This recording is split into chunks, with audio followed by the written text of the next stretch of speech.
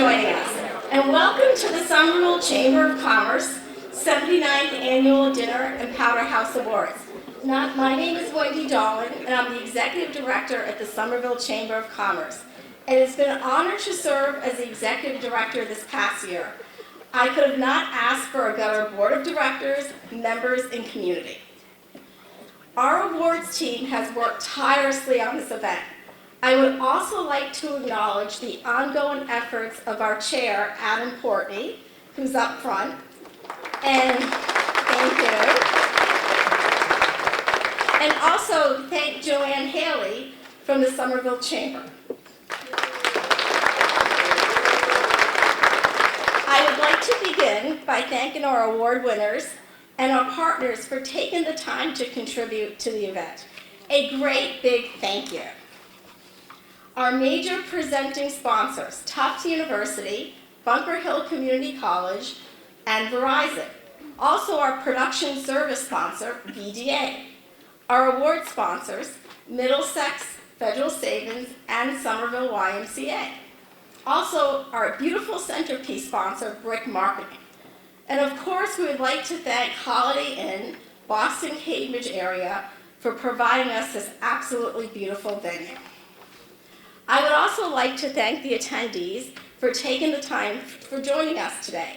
And with that, on to our program. It gives me great pleasure to introduce Dean Denise E. Bates.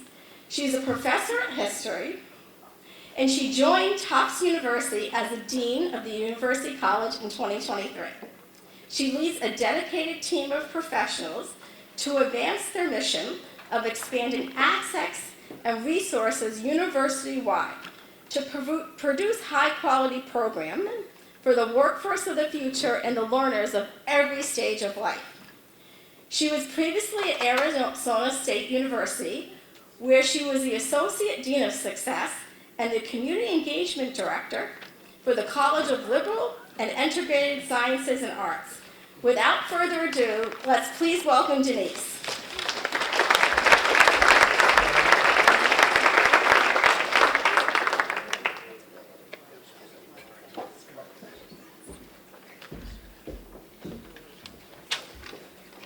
Good evening. Thank you, Wendy. And thank you, Chamber members.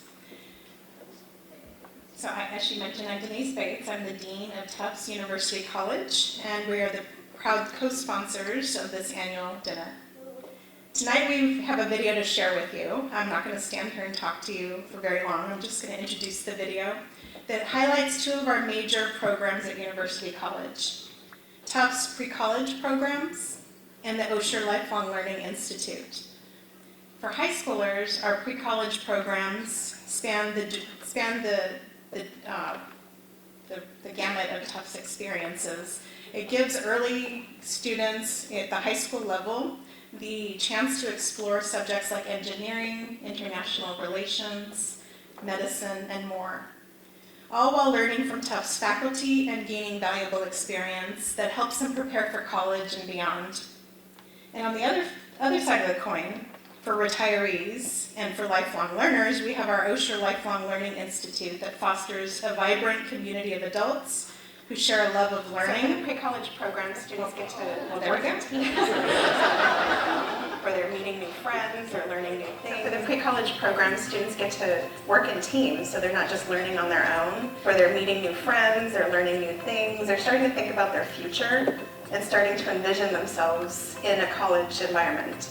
So with Tufts' reputation as being the leading educator for kids in a recognized national collegiate community, we thought it was a natural choice when we realized they have a program for kids who are in high school who are interested in these things. Having the students really see these people, visit the physical buildings that these people work in, visit different organizations and communities, I think is really impactful for their overall understanding of the world itself.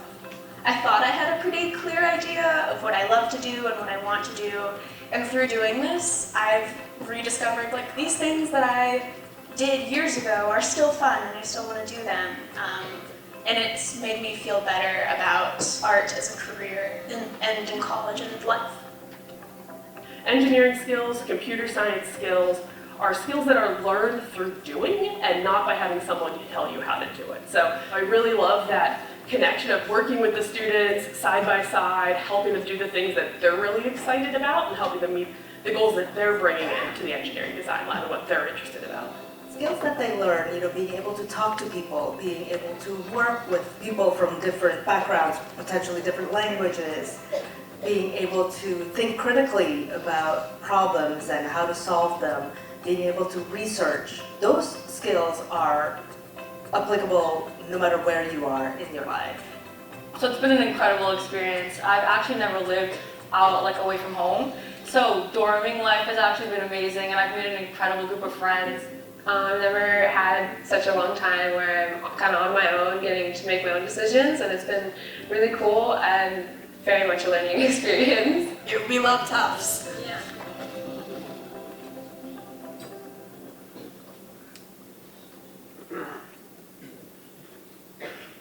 So far, all of the people that I've met, that I've taken courses with, and that I have taught have been inspiring.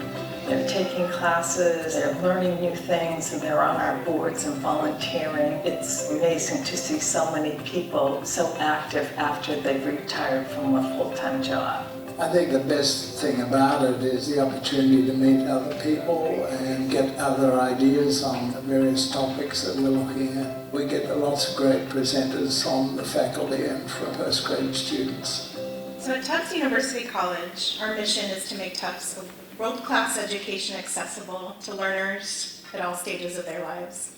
From high school students enjoying their passions, to professionals advancing their careers, to lifelong learners continuing to grow and stay engaged. Not featured in our video is our newly established Center for Professional and Workforce Impact for working professionals and organizations. The center offers flexible and affordable courses, certificates, and workshops designed to offer targeted training in key skills for individuals and businesses that meet the needs of the evolving workplace. We're proud to be part of the Somerville community and to help learners of all ages achieve their goals and make an impact. I invite you to connect with us this evening or visit the website via the QR code on the screen behind me, or pick up one of our postcards by the coat rack to learn more about our programs and to see how Tufts can be part of your lifelong journey. Thank you for your time and enjoy the rest of your evening.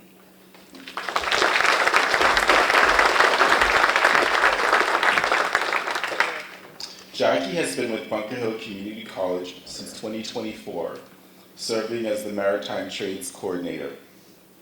As a mariner on Massachusetts Bay and Boston Harbor for the past 15 years, Jackie had the privilege of knowing what working in the marine field can contribute to an individual's enjoyment of their daily job. Encouraging and training students to grow within the maritime field is a mission she is driven by in her work with Workforce and Economic Development team at BHCC. Behind the shiny, towering office building of downtown Boston is a harbor full of life, work, fun, and opportunity for lovers of the sea. Jackie is an avid boater and skier in the off-season and loves to help connect people to all things boat. Ladies and gentlemen, please welcome Jackie Saba. Hi everyone. I'm thrilled to be representing Bunker Hill Community College as the sponsor of this event and a longtime member of the Somerville Chamber. We often think of ourselves as the Swiss Army knife institution, as the perfect tool for almost any situation. And even though we've been part of this chamber and the Somerville community for a long time, I wanted to take a few minutes to give you a brief introduction to Bunker Hill and some of the work that we do. I hope this introduction is the beginning, that sometime tonight or in the coming days you'll reach out and talk with us about opportunities to partner and expand on the work we are all doing to make Somerville a vibrant and prosperous community. When I talk to people about Bunker Hill, there are really three things I want them to remember about us. We are the largest community college in the Commonwealth with about 16,000 students across all of our programs. We serve every community in the Boston area. Most importantly, our students are among the most upwardly economically mobile in the nation. A 2016 Harvard University study found that Bunker Hill is one of the top colleges and universities in the country for economic mobility. The vast majority of Bunker Hill students come to the college in the lowest 2 quintiles of income distribution. After they attend Bunker Hill, 30% of them jump 2 or more quintiles. This is central to our mission as an engine of economic and workforce development, that an affordable college education results in real economic gains as well as a skilled workforce.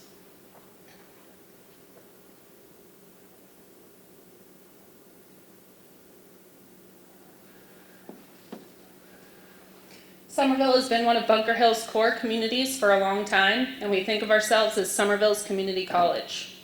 Last year, 337 Somerville residents were enrolled in degree or certificate programs at Bunker Hill. That is an increase of 33% over the last 2 years since free community college was implemented in Massachusetts. Bunker Hill has also been a workforce partner with the City of Somerville, serving about 140 students each year in the Basic English Language Learning Program, as well as the Welcome Back initiative in the city, which educates internationally educated nurses. Our partnerships with the city extend to many of the businesses that are here tonight.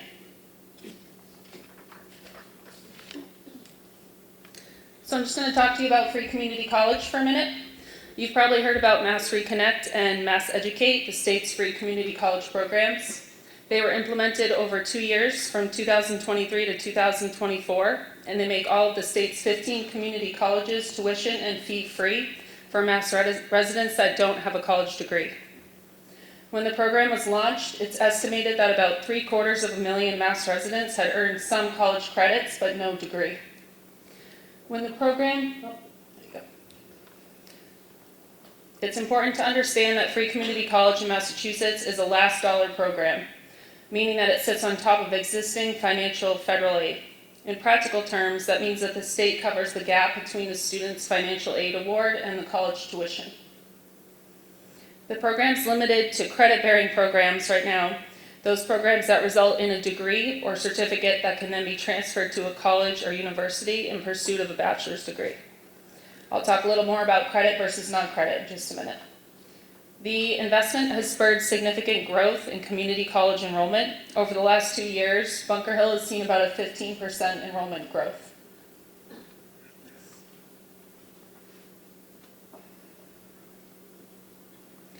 Non-credit, or as we call them at Bunker Hill, workforce programs are a growing part of our offerings. Workforce programs are short-term, skill, or industry focused. Successful workforce programs, in our experience, bring together business and industry with a successful community college to address workforce needs. Since 2019, enrollment in workforce programs has more than tripled at the school. We're looking forward to the planned expansion of the federal financial aid into workforce programs as soon as 2027, with the Workforce Pell Program that was passed as part of the reconciliation bill this past year. At Bunker Hill, workforce programs sit within 6 broad areas that encompass everything from language learning to small business assistance. I'm going to tell you a little bit about the program that I oversee, which is the Marine Tech Program, which sits within the career prep and certification area.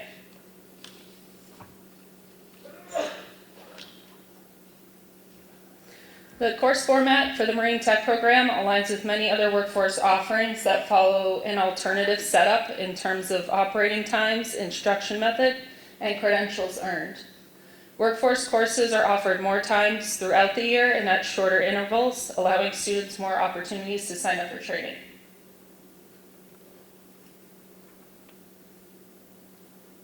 Can you go back one? Thank you. Ahead one. So these are some of the topics that we cover in class. The class is about 70% hands-on in the shop and 30% in the classroom. So we do everything from marine HVAC to fiberglass, electrical. There's still a handful of boat builders here in Massachusetts, and ferry systems, I'm sure some of you take advantage of. So that's the types of careers that these people are going into. Next.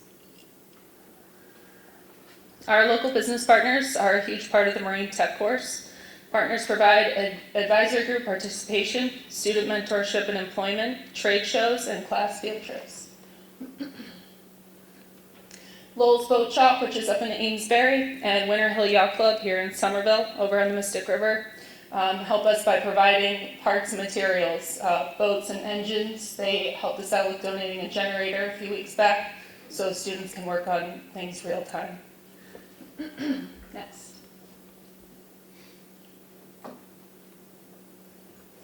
I hope this brief introduction to Bunker Hill has given you some insight into the important role community colleges play in workforce and economic development. We believe that community colleges are the ideal partner for local businesses and industry. Whether it's training and upskilling, internship and mentorship, or employee recruitment and retention, I hope you'll consider working with us. Please feel free to come to find me or my colleagues this evening, and we'd be happy to have a conversation. It's an honor to be a part of this event each year and to celebrate this vibrant business community. Congratulations to all of tonight's honorees, and thank you again.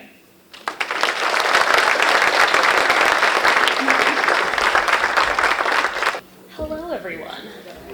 Very excited to introduce our third major presenting sponsor, Verizon, and Kathleen Finn. So Kathleen Finn has 20 years of experience leading public policy and community engagement efforts in information technology and fostering mutually beneficial partnerships between private, public, and nonprofit sectors. As the Director of State and Local Government Affairs at Verizon, Kathleen leads civic engagement across New England, building awareness for support of Verizon's efforts to bring high-speed broadband to our communities.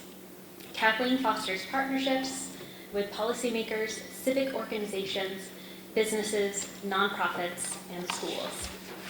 Kathleen graduated with honors from Boston University with a Bachelor of Arts in Mathematics and Psychology, and earned a Master of Art in Conflict Resolution from University of Massachusetts, Boston, receiving the Academic Excellence Award. Everyone, please welcome Kathleen Finn.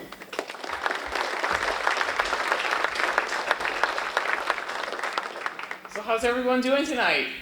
It's a great night to be in Somerville. I'm Kathleen Finn. First, I want to thank the Somerville Chamber for putting on this event, and high honors to all the honorees tonight. There's so many fabulous people who are really making contributions and really bringing a shine to Somerville. So thank you all for all your contributions. Thank you also for everyone who's a Verizon customer. We appreciate you. Thank you for being part of our network. I have something on the tables tonight, and I'm going to start with the slide deck that we provided. We have these on the tables. How many of you know a small business owner or are a small business owner? I'm going to ask you to please share these with a business owner because it's really important that they understand there are tools available through the Verizon Small Business Digital Ready platform. This platform enables small businesses to learn about how to use digital technology to expand their reach and also gain access to resources. I'm not sure if the slide deck is available. The video's first though. Okay. Don't worry about it, Pat. So basically, when you get onto this platform, you have available personalized learning. So you take the reins. You decide which videos you want to check out. You can get coaching. Please don't start the video right now. Thank you. You also have a chance to network with other small businesses, and you also get incentives. So one of the incentives I'd like to share with you is that we actually are offering a grant opportunity for people who are active on the platform. Small businesses can get up to $10,000, and we've given away almost $1 million here in Massachusetts to small businesses. So what we're going to do is we're going to go ahead and go right to the video if you wouldn't mind, Pat. Thank you. It's very short.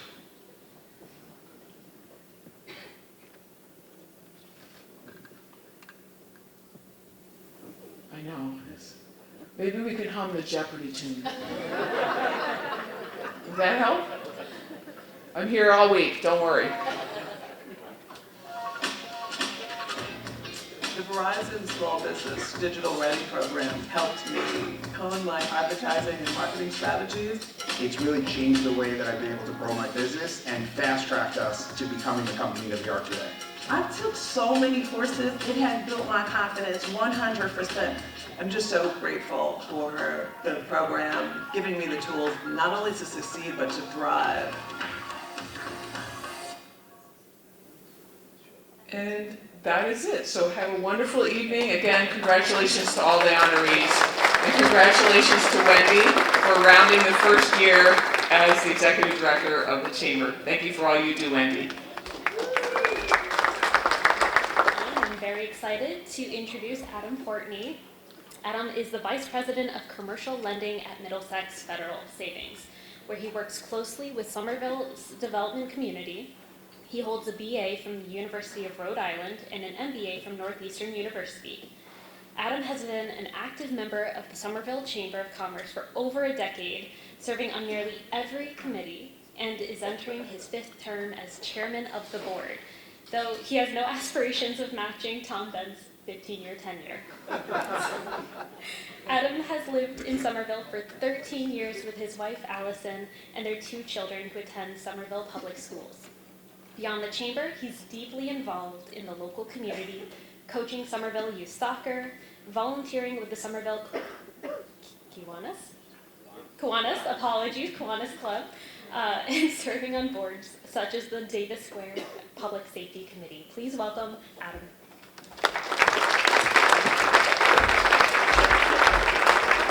Good evening. Well, thank you, Dorian. Thank you all for being here tonight. And, you know, it's a big year for us. First time in 30 years we welcomed a new executive director. And I think we all can agree, Wendy knocked it out of the park. That's it.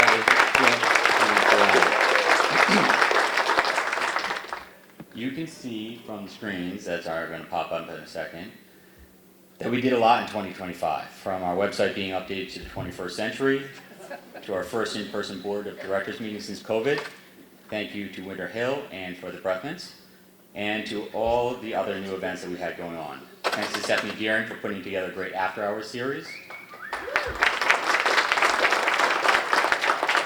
And thank you to Chris Vining, hosting a fireside chat on Zoom that was so good that people still walked away with a contact high. Again, also, thank you to the LEGO Discovery Center for hosting our 2nd annual LEGO Challenge.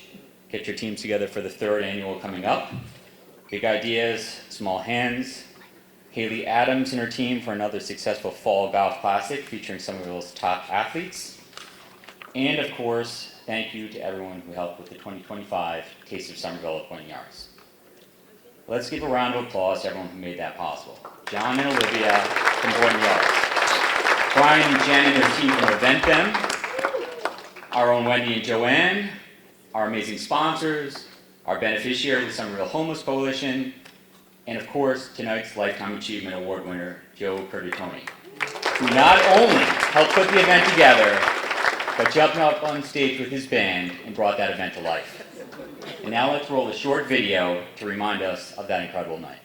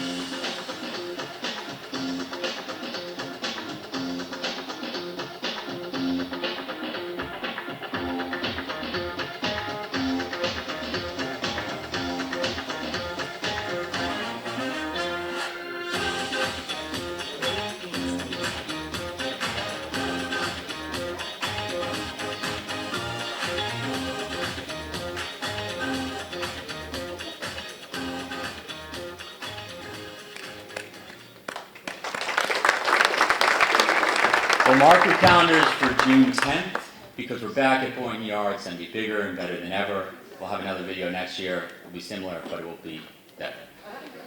Before I wrap up, honestly, congratulations to all of tonight's award winners. Thank you to our sponsors. Thank you to our servers. Thank you to Vladimir, Dorian, Jack, and everyone else who made tonight possible. Thank you to Wendy and Joanne for your incredible work all year long. And finally, thank you all for your support and your energy and for trusting me with the role of chairman. Have a great night, everyone. Oh, and Buck, thanks, Buck, for coming on a Patriots night. And have a great night, everyone.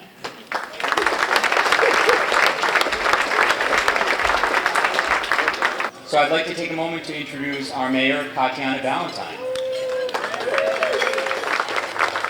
Katiana has been a true friend of the Chamber for the past 4 years. From her very first days in office, she made it clear that the Chamber and the business community would have a seat in her administration. From our meetings in her office to the roundtable at Biomed, Katiana has always taken the time to listen. She's brought her years of experience to build a real connection between City Hall and the business community. Most recently, her administration made a major statement with their work on Biomed's tax incremental financing deal, showing true leadership in supporting Somerville's growth. While this may be her final chamber dinner as mayor, we certainly hope it's not her last Powderhouse Awards. Katiana, we're so excited to see what you do next. We want to thank you for all you've done for Somerville and your partnership with the Chamber over the last 4 years.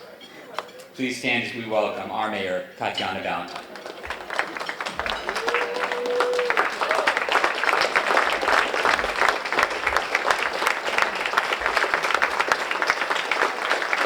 Thank you. Thank you. Good evening, everyone. It's wonderful to be here with so many of you who have helped power Somerville's economy, strengthen our neighborhoods, and make this city such a dynamic place to live, work, and do business. Tonight captures what makes Somerville special, and that's partnership. The partnership between our businesses, our residents, and our city that fuels progress, creativity, and opportunity. No matter how much the landscape changes, our shared goals stay the same to keep Somerville thriving. Before I go any further, I want to recognize, so I was told Mayor-elect Jake Wilson is here. Is he? I can't, my eyesight isn't that good. So I will, again, we have a lot going on. I have to leave to run to City Hall too. So I just want to acknowledge, his tenure will start on January 2nd. And obviously, former Mayor Joe Curtatone, congratulations on your Lifetime Achievement Award. That's wonderful. So, when I took office, we were coming out of some of the hardest years our city has ever faced. COVID had taken its toll on our restaurants, on our local businesses, and our storefronts, and on people behind those counters and cash registers. But in Somerville, we rolled up our sleeves, worked together, took care of one another. Some of you may have been recipients of our Small Business Recovery Fund. This program offered forgivable loans to help those still struggling with lingering impacts of the pandemic. When we wrapped, we had distributed nearly $2 million across 156 local businesses. But recovery wasn't enough. We wanted to build an economy that could thrive through the next challenge, not just survive the last one. So we used every tool in the box and invented some new ones to drive growth that reflects Somerville's values.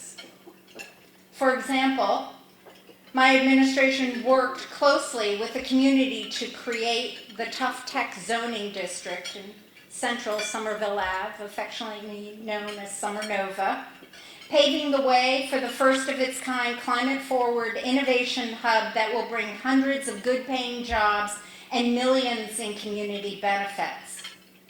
And I started the city's first commercial anti-displacement task force to help small business owners and the creative economy stay rooted here by launching practical tools, like our new leasing guidebook, which helps level the playing field in negotiations with landlords. I hope too many of you are not landlords, sorry.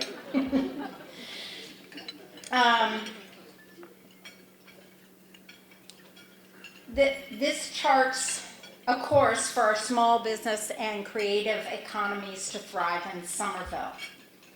It's also what our home rule petition for disadvantaged businesses is about, cutting red tape and expanding opportunities so that more local, diverse, and women-owned firms can compete for city contracts and grow their share of public work. Every one of these initiatives reflect my core priorities in sustainability, fiscal responsibility, and opportunity for all. A strong economy is about more than big investments. It's about inclusive leadership, making sure the prosperity we build lifts everyone, invites more people to the table, ensuring that not only the same people are at the table and ensuring that the status quo stays in place. That includes investing in our youth, because a healthy economy builds pathways for the next generation. Through new partnerships with Bristol-Myers Squibb, who I am proud to see recognized tonight, Somerville students are gaining internships and career exposures in the life sciences. For those young people, this is the spark that turns possibility into a career. It's how we ensure that people who live here now have access to the opportunities being built here every day. And as we plan for Somerville's economic future, we've never lost sight of one of the greatest assets we have, our creative community. Our artists, makers, and creative entrepreneurs are economic drivers. They animate our squares and sustain the character that keeps people coming back. And I'm proud to say we found new ways to sustain them. And my administration has prioritized preserving and adding space for the creative economy. This year, we preserved permanent space for artists at 57 Central Street, Joy Street Artist Studios, and added, of course, as I mentioned, more space at the Summer Nova campus in our tough tech zoning. And we've launched Somerville's first ever cultural capacity plan, a roadmap to strengthen and sustain the arts as a vital part of our economy. Through our Armory Master Plan, we are delivering the community's first ever public community arts center. Commerce and creativity go hand in hand in our murals, our festivals, our maker spaces, and our businesses. And that's why, no matter the challenges beyond our borders, Somerville's economy keeps finding ways to thrive. My proposal to the City Council recently approved a major tax incentive plan to bring Transmedic to Assembly Square, capping off 4 years of hard work and making a major win for our life sciences sector. That partnership will generate $74 million in community benefits and fiscal benefits over the next 10 years, strengthening our commercial base and helping keep city services strong for residents. It's the kind of smart, strategic investment that builds long-term resilience for our local economy.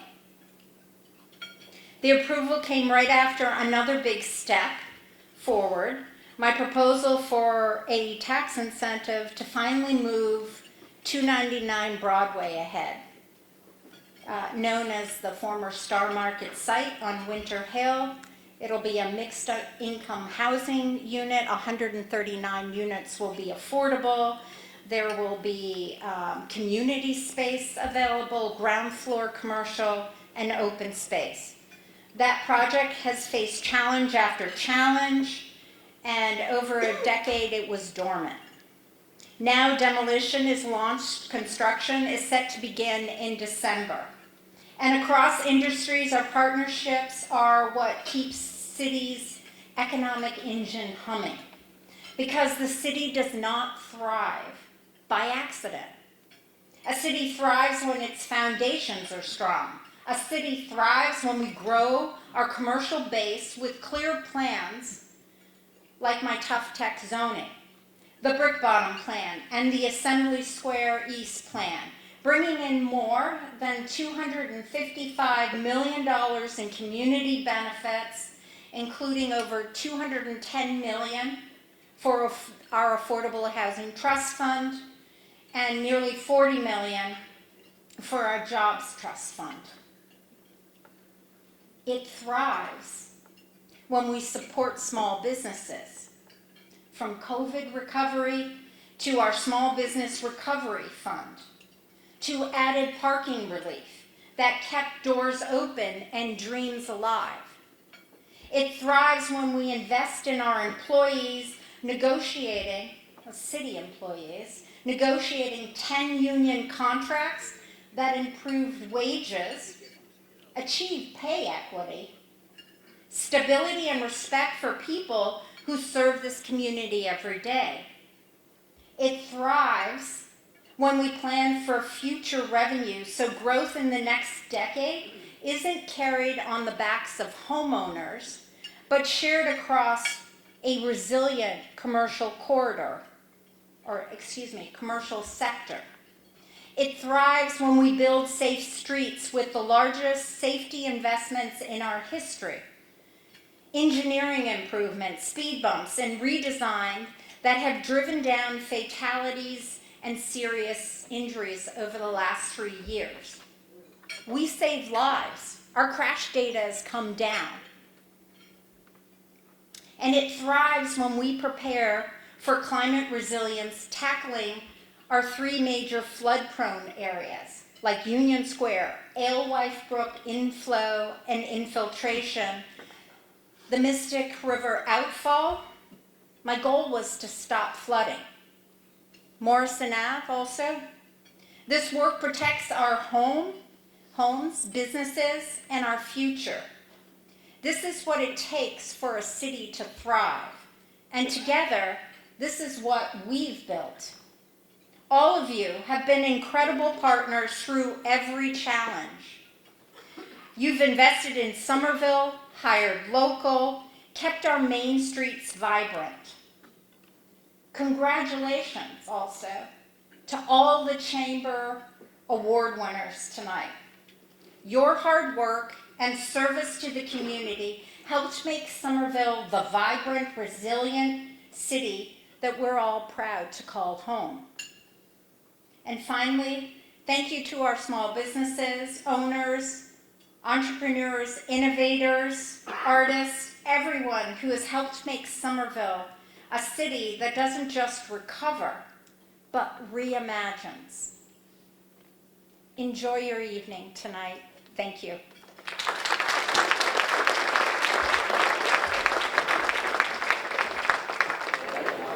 The Goods. The Goods Community Cannabis Dispensary. This mission-based adult use dispensary is dedicated to cultivating good and supporting the communities in which they live and work. Ladies and gentlemen, please congratulate The Goods as our Business Neighbor of the Year.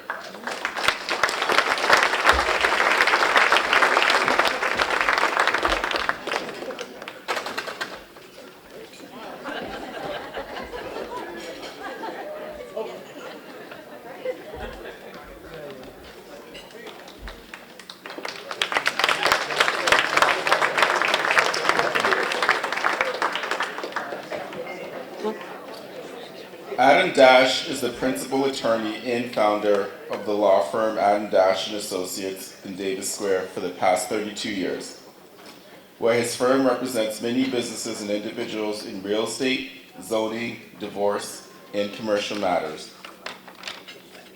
He has been president of the Somerville Homeless Coalition, chair of the Somerville Chamber of Commerce, coach of the Somerville Youth Soccer League, and and member of the city's zoning advisory committee.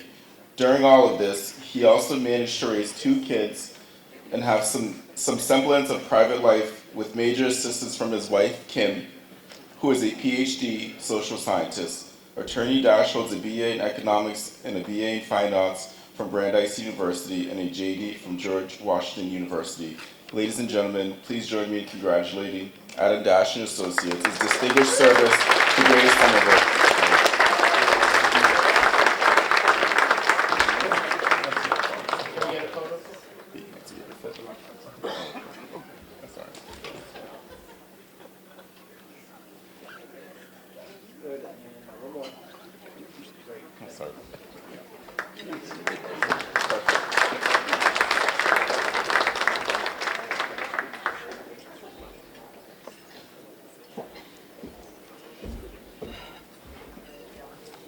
Our next award winner is Rocco DeRico for the distinguished service to Somerville. Rocco is the Associate Vice President at Tufts University, where he leads the Government and Community Relations team and serves as the bridge between Tufts and the communities of Somerville and Medford. He plays a key role in campus construction projects, helping guide them through local approvals, permitting, and inspections.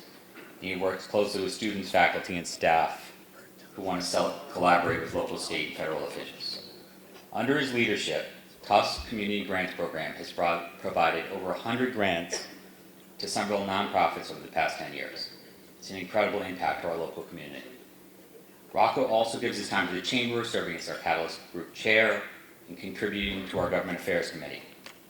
Rocco graduated from Providence College, where he earned his degree in political science at the second best basketball program in Rhode Island, and holds a master's program in public policy from Suffolk University. Congratulations, Rocco. There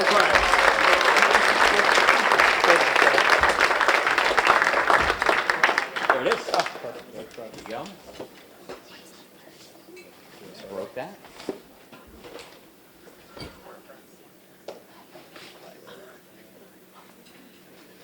Thank you.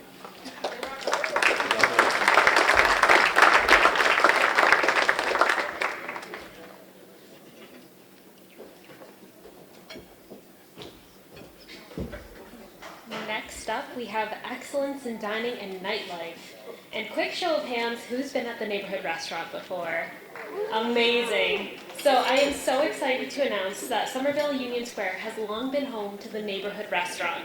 This institution and its setting offers a glimpse into the city's thriving Portuguese community, with heaping plates of mouth-watering breakfast foods from the Borges family. Your first glance depends entirely on the season. When the weather turns warm, they shut down the entire interior and everyone can sit outside under the grapevines and colorful umbrellas in that courtyard. And then fall in New England, we get a cold snap, and you'll move inside, you'll squeeze into that restaurant and be elbow to elbow under the gaze of family photos. And the common thread between both experiences is you'll write your name down on the wait list and stand outside with other eager fans. Please welcome Sheila from the neighborhood.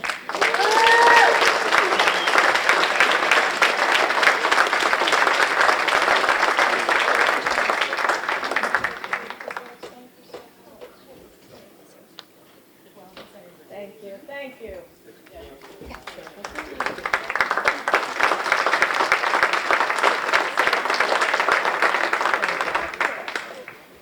Thank you, everyone. Well deserved, and if you haven't had the cream of wheat, you need to stop by, right? Excellent. And I'm now going to turn it over to the Somerville Y to present our next award.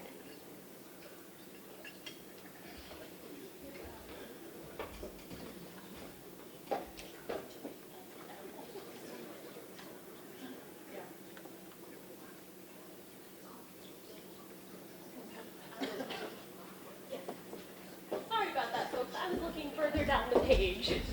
Okay, so I'm so excited by the cream of wheat. So we are now going to be presenting the Excellence in Economic Development Award to Bristol Myers Squibb. So Bristol Myers Squibb is a global biopharmaceutical company whose mission is to discover, develop, and deliver innovative medicines that help patients prevail over serious diseases. From the company's state-of-the-art R&D site at Cambridge Crossing, teams advance research focused on cancer, neuroscience, and immunology to support end-to-end drug discovery and development. Bristol-Myers Squibb is a member of the Somerville Chamber of Commerce, demonstrating their engagement with and commitment to the local business community. Please welcome Bristol-Myers Squibb.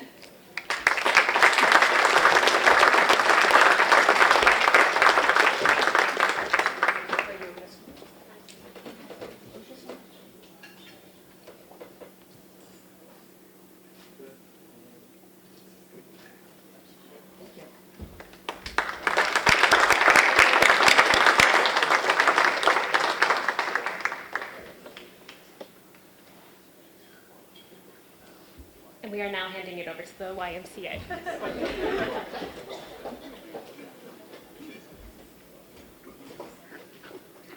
All right, you guys are going to need to get comfortable for this one. This is a very long bio for this next individual.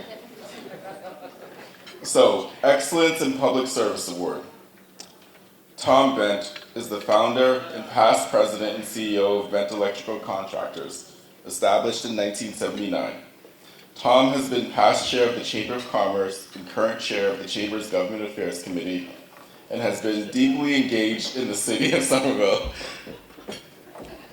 serving numerous city boards and committees. He currently represents Mayor Katiana Ballantyne in the Inner Core Cities as board member of the Boston's Region Metropolitan Planning Organization. Tom also serves on Somerville's Job Creation and Retention Trust, Winter Hill Bank Board of Directors, St. Louis and Zell's Martin Parish Finance Council, and St. Teresa's School Board. I told you guys this was long.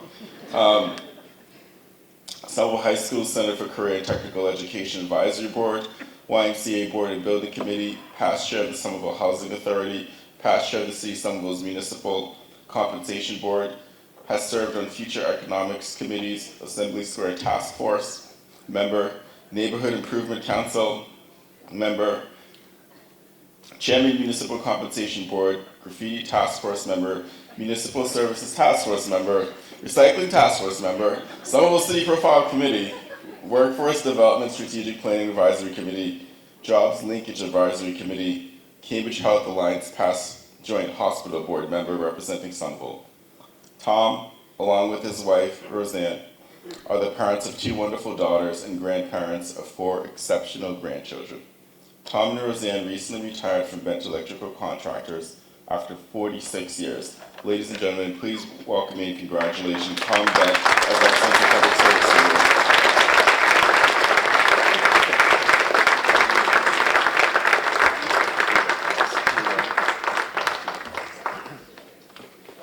Let's take a break.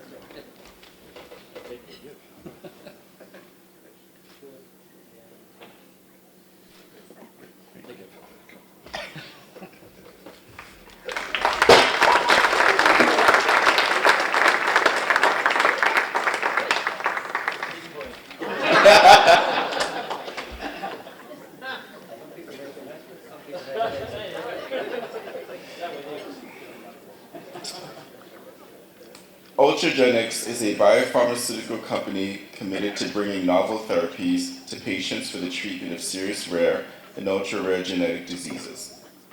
The company has built a diverse portfolio of approved medicines and treatment candidates aimed at addressing disease with high unmet medical need and clear biology for which there are typically no approved therapies treating the underlying disease. Ultragenyx employs nearly 400 employees across 4 sites in Massachusetts, including its gene therapy research group based here in Somerville, and internal manufacturing capabilities in Bedford. Ultragenyx is guided by a commitment to time and cost-effective drug development with the goal of delivering safe and effective therapies to patients with the utmost urgency. Ladies and gentlemen, please join me in congratulating Ultragenyx for the Innovation Award.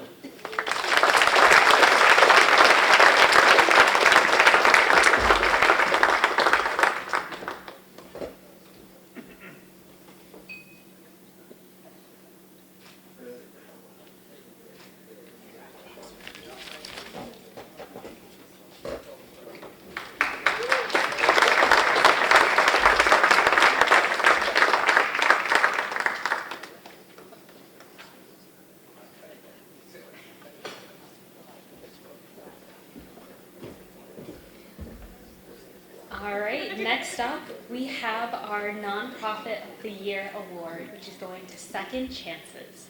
Second Chances, together with generous donors and compassionate community partners, removes barriers to success, empowering individuals and protects the planet one piece of clothing at a time. Since 2005, the organization has provided free clothing to 7,552 neighbors in need in Somerville and Cambridge, and has distributed 17,926 pairs of new socks and underwear, helping people feel confident, valued, and ready to pursue their goals. Partnering with 36 local providers, Second Chances enables shelters, food programs, and social service agencies to focus on their core missions while ensuring their clients have clothing they need to thrive. Ahead of the curve in embracing circularity, Second Chances has diverted 3,391,3 pounds of clothing from our landfills through recycling and reuse, turning waste into opportunity for folks in our community who are experiencing poverty, crisis, and housing instability. This community-driven model unites donors, beneficiaries, businesses, and providers in a powerful network of neighbors helping neighbors, proving that something as simple as clothing can change lives and protect the planet. Please join me in welcoming Second Chances.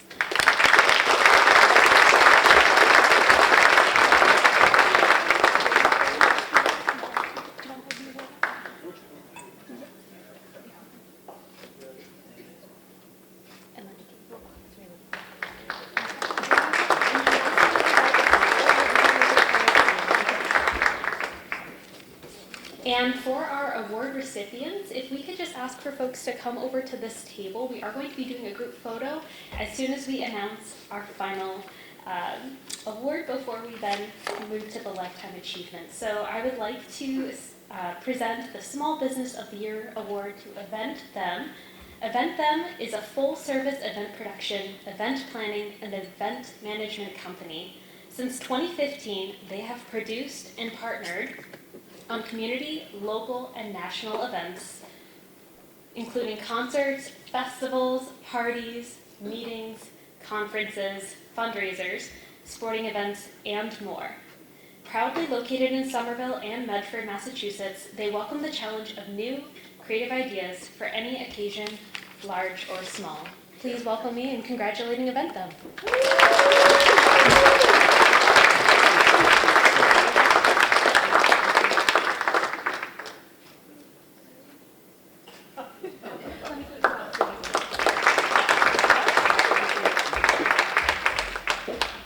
So we will now do a very quick group photo over here. If we could have our award recipients come up, and then we'll move on to our Lifetime Achievement Award. So at this time, I would like to introduce Cosmo, who's going to be introducing our Lifetime Achievement Award.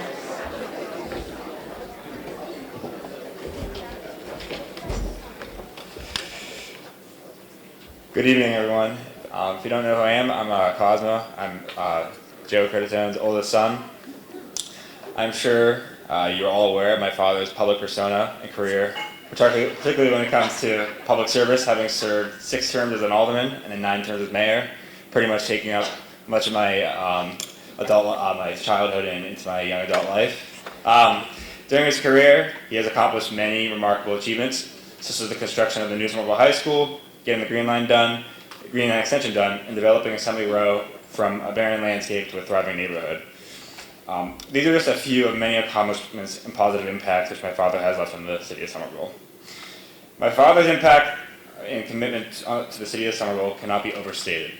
He has a passion for public service, as evidenced by his 24-year career serving the people of Somerville as both an alderman and as mayor.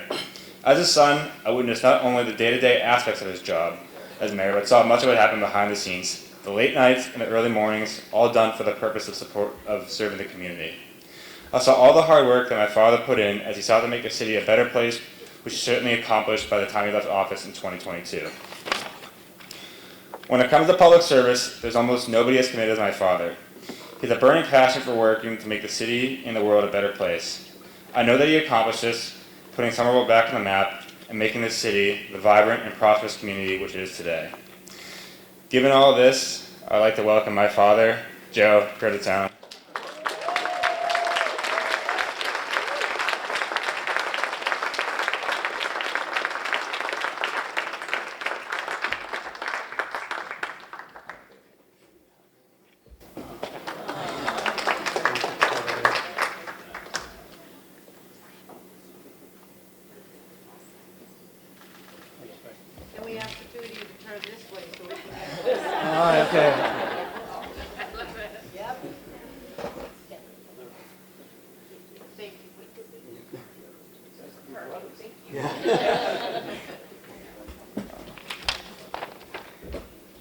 Thank you, Cos. You know, you might recall, I remember when I took office, 2024, he was 6 months old. I was telling Blake, who coached my kids in parkour, he was that big when he came around. I came into office, my wife and I, like to say, we added to Somerville's density. We started with one son, and after my career, I had 4 kids leaving office. But thanks, son. I love you, and I'm proud of you. Also a Tufts grad, and Fletcher School prospect, along with my 3rd son. And since I'm teaching there, Rocco, and others, my wife and I, although we're BC grads, we're now outnumbered by the jumbos in the family. And I think that's where our heart lies. I first want to thank and congratulate all the recipients. It's an honor to be among them. I know pretty much every one of them and use their services for the most part. And you think about public service, I mean, who better than Tom Bent? And a litany of work on different committees and task forces, serving how many mayors, Tom? 4 mayors. Always at a beck and call, at a very reasonable price, I must say. Thank you for that. But I want to thank the Chamber, and especially Wendy Darling. Look what she's done in her leadership in less than a year. I mean, come on. Incredible job. And all the members. I do want to give a shout out. I know she had to leave to outgoing Mayor Tatiana Ballantyne, incoming Mayor Jake Wilson, and all those who serve every day in public office. It's not easy, especially these days, to put your name on the ballot and put yourself out there. Public service isn't easy, or else everybody would do it. But you don't have to be elected to do it, but they've done a damn good job. And everyone here from city staff, anyone who serves the community. I'm a kid from Prospect Hill. I've had a lot of support in my life, which caused me to run for office. My family, my mother, and siblings who can't be here tonight, but I want to give a special shout out to my lifelong partner, my wife, Nancy, and our other 3 sons who can't be here, Joey, Patrick, and James. You can't be in public office that long without the support. It takes a lot of patience. You have to develop a callus. And they did so much to help ground me during really the ups and downs of office. People ask me, do you miss it? And even today, and here this evening, others, I miss the team we built. We have the best public administration in the country, and I'll debate that with anybody. And they're running cities around the country. We get an organization, and many of them are still working in the city, dedicated employees. Most importantly, I missed engaging the public that way. I loved it. Best job I ever had. Comes a time when you got to leave, and you leave before you want to leave. But I try to find ways to give back, learning from my predecessors, Gene Bruin and Dorothy Kelly Gay and Mike Capuano. We always say we stand on each other's shoulders. If you go to any community event, you'll see any one of them there. Their term of elected office might end, but they're involved in important organizations like the Chamber or Kiwanis or the Homeless Coalition or volunteering their time or serving on task forces. That's what we do, and I try to put myself out there, which is why I was proud to become a member of the board of the Chamber. It's such an important organization. The lifeline of really the community, the foundation of our small business community. It's great, and we're getting some big wins, and shout out to the administration for Transmedics, the other companies you brought here, but it's the small businesses that have been the core of the economic base of this community for a long time. Most importantly, as my son Cosmo said, it's about people. But before that, I want to just tell you, when I heard I was getting this award and Wendy called me, I was excited, but I said, hold on a second. I stepped 2 feet to the right because I was waiting for something to come down on me. It says, lifetime achievement. I said, I got a few years left, Wendy. So, but do you know something I don't know? But what really drove me was people, because people are what makes cities and communities great. It's not and we're excited to get those brick and mortar wins we had, those big development projects. It's important because that was years of advocacy. People are the driving force behind that success. Any success we have, and it always will be, is the product of many hands. It's collaboration. It's partnership. It's not just the folks who have transactional authority because they were elected mayor, or city council, school committee. If we can't build that collaboration, if we can't work lockstep and heel together, we cannot succeed. I am worried across society today how people are losing trust in their institutional government. How misinformation and disinformation become so prevalent. And it's important more than ever locally. This is where people, when they come home, when they get to their front door, they leave what they touch, feel, and they see. They rely on their local government. Government just as important locally. It plays a critical role in your lives and our lives. There's a direct correlation how that government functions and our own happiness and whether we want to stay in a community. Somerville has been a leader in understanding and recognizing that. And I always loved being part of this community. I grew up here my whole life. My mom's still in Prospect Hill. You know, we were, like you, Buck, one of the many people who left Cambridge for a better life in Somerville, and we found it here. So I am honored to be accepted an award named for the legacy of John Fitzgerald, someone who's committed to this organization and this community, who established a legacy industry, who employed thousands of people. It was an important lifeline for the economy here. To be recognized that is really an honor, and I'm truly honored, and thank you all. And you know, we have changes coming locally, and I hope we can all rally together to support the incoming administration. Our success is tied together. Their success will be ours. To support the people working for the city and our other elected officials. Put ourselves out there to be a resource to them. For me as mayor, 18 years, and as an alderman, now called the city council's mayor, the chamber was an incredible resource, not just because Tom Bench served on any committee we asked him to serve on and did so exceptionally well. No, to solve problems and issues. You know, how do we create more opportunity for small businesses? How do we survive and persevere through the difficult times of COVID? How do we think big and bold about shifting the tax base to the commercial side and bringing more development off the residential taxpayer? You understand running a business how to deal with complex issues, and the city needs your voice and perspective. But we have to also remember it's always about the people who live and work here. We got to make sure that is a genuine opportunity for them for the long term. So, once again, from the bottom of my heart, thank you. It's been an honor. I am not going anywhere. I plan on serving this chamber as long as you have me and serving my community in any way they ask me. Thank you very much.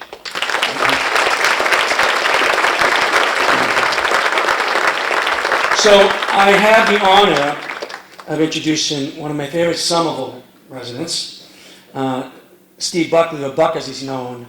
And if you don't know him, you should. I mean, he's a renowned sports journalist and baseball columnist who got his teeth cut at Westfield Evening News and the Portland Press Herald, spent almost a quarter century at the Boston Herald. You've probably seen him on The Big Show and on the many sports shows here in the New England area. He's currently a nationally renowned columnist for The Athletic.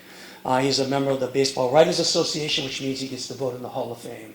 But I will tell you, Steve has been a great Somerville resident. He's shared some good Stan Cody stories, by the way, and we're going to get those. But at every Resistat meeting for Ward 5, Steve Buckley was there.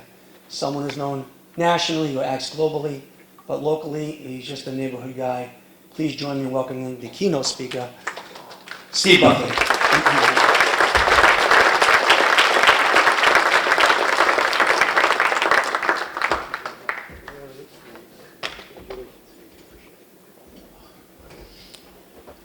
Good evening. Joe, this is a little awkward. Thanks for the wonderful introduction. The reasons it's awkward is they told me to speak for about 10 minutes, and I was going to use every one of those minutes to rail against you for your administration and the skyrocketing property taxes that I've been paying over the years. But I'm going to let that go.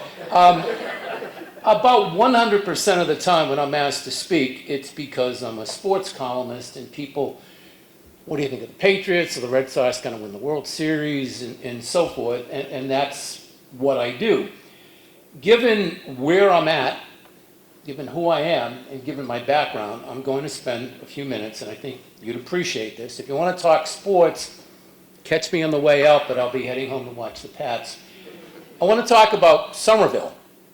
And I want to talk about my grandmother and my grandfather. Now, as Joe alluded to, I have what I call dual citizenship. I was born and raised in Cambridge. I'm a Buckley. I'm a fourth generation Canterbridgian. My great-grandfather came down from Halifax in the 1880s, and he lived on Windsor Street. His son, William Buckley, grew up, got married, and lived on Norfolk Street, which is a couple of streets over. His son, my father, bought a house on Prospect Street.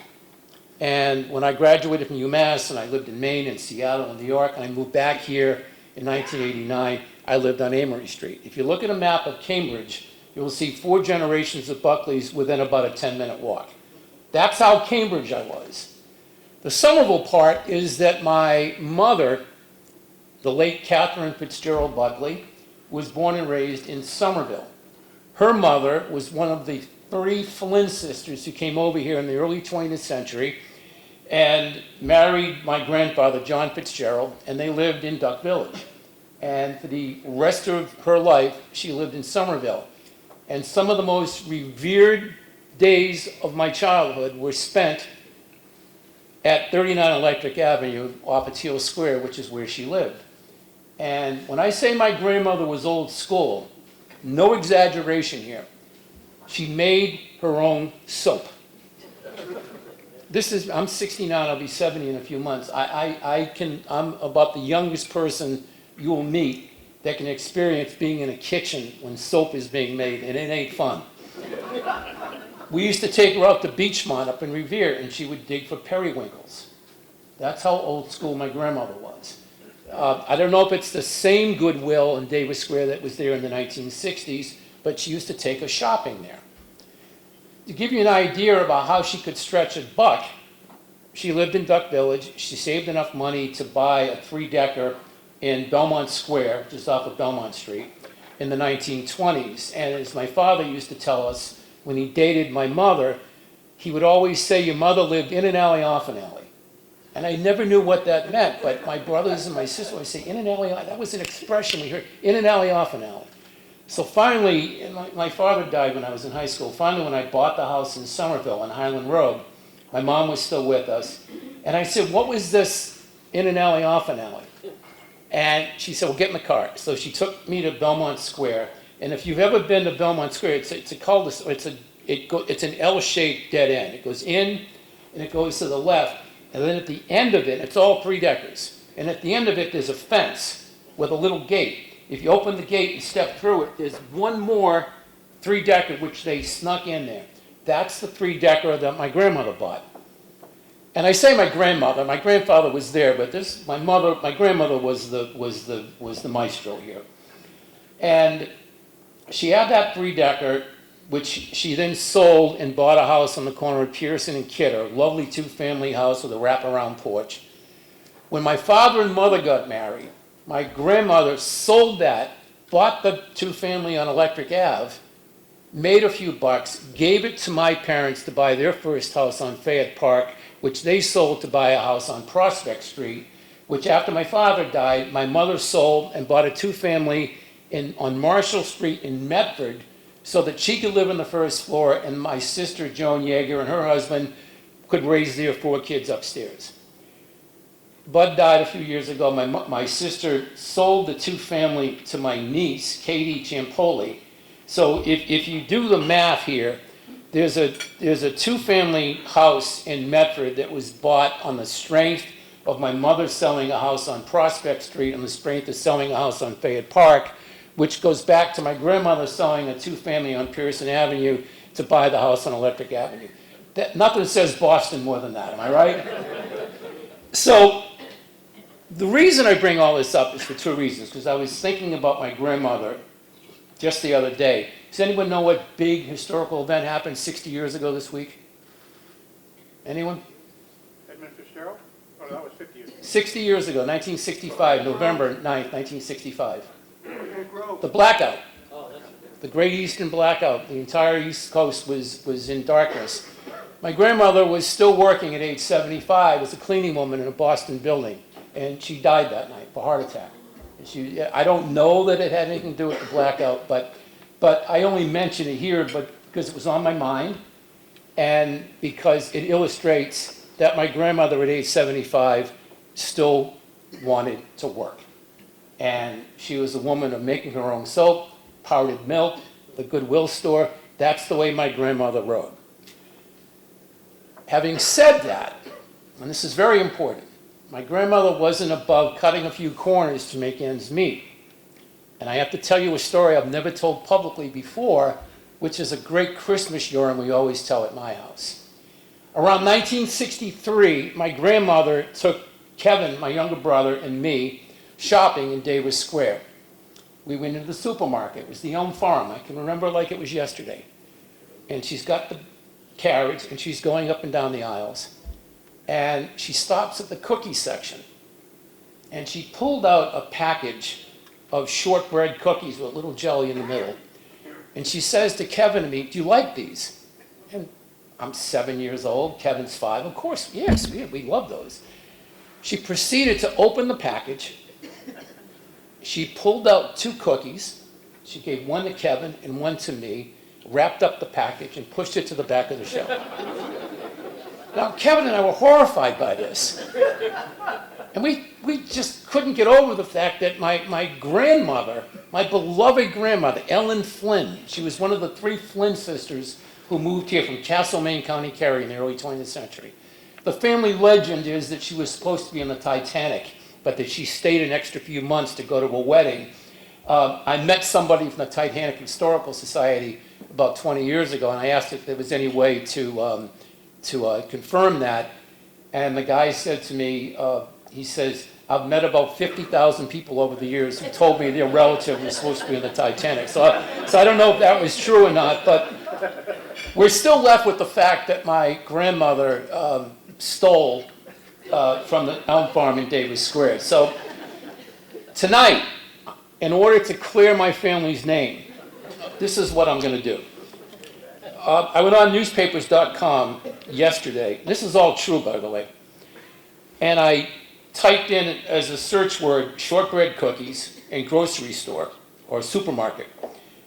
And I limited it to 1963. I mean, it might have been 62, it might have been 64, but let's just go with 1963.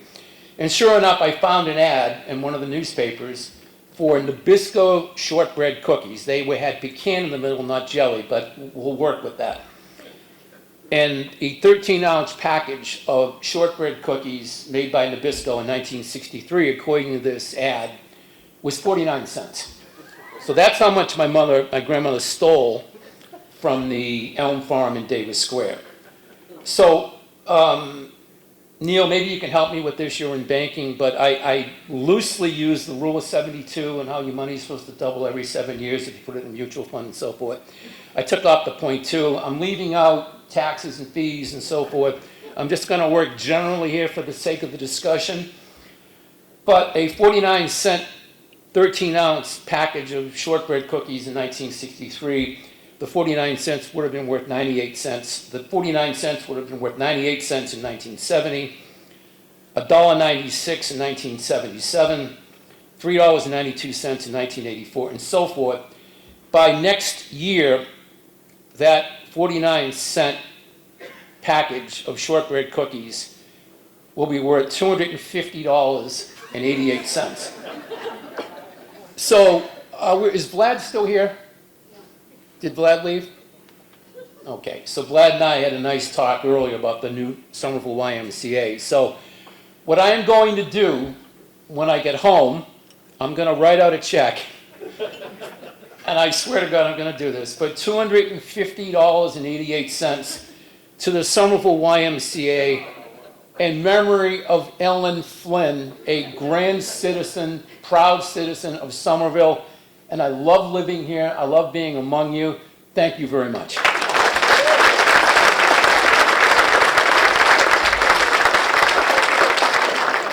Wow, thank you much, everybody. Could it be that we actually ended the awards dinner early? So I want to remind everybody that you're welcome to take the floral displays home with you, or the flower arrangements. You can decide among each other at each table who takes them home. And thank you, Vlad and Durin. Let me just take a moment to thank both of you for doing such a phenomenal job as our host during the program today. It was such a pleasure working with you, and I appreciate the insight and expertise that you shared with us as you guided us throughout the evening. Thank you so very much.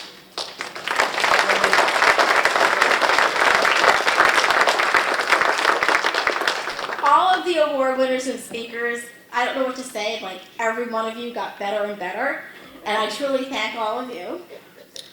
And we also want to thank everybody for your time, consideration, and attention today. On behalf of the entire awards committee, including our rockstar chair of the Somerville Chamber, Adam Portney, Vlad, Durin, and Jack Connolly, we all want to thank you for joining us, and let's give a round to Joanne, who's sitting there in back as well.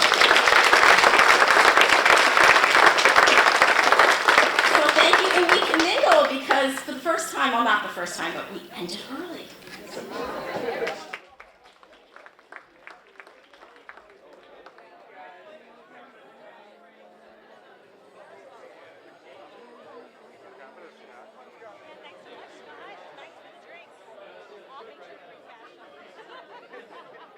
Let me know how much it is.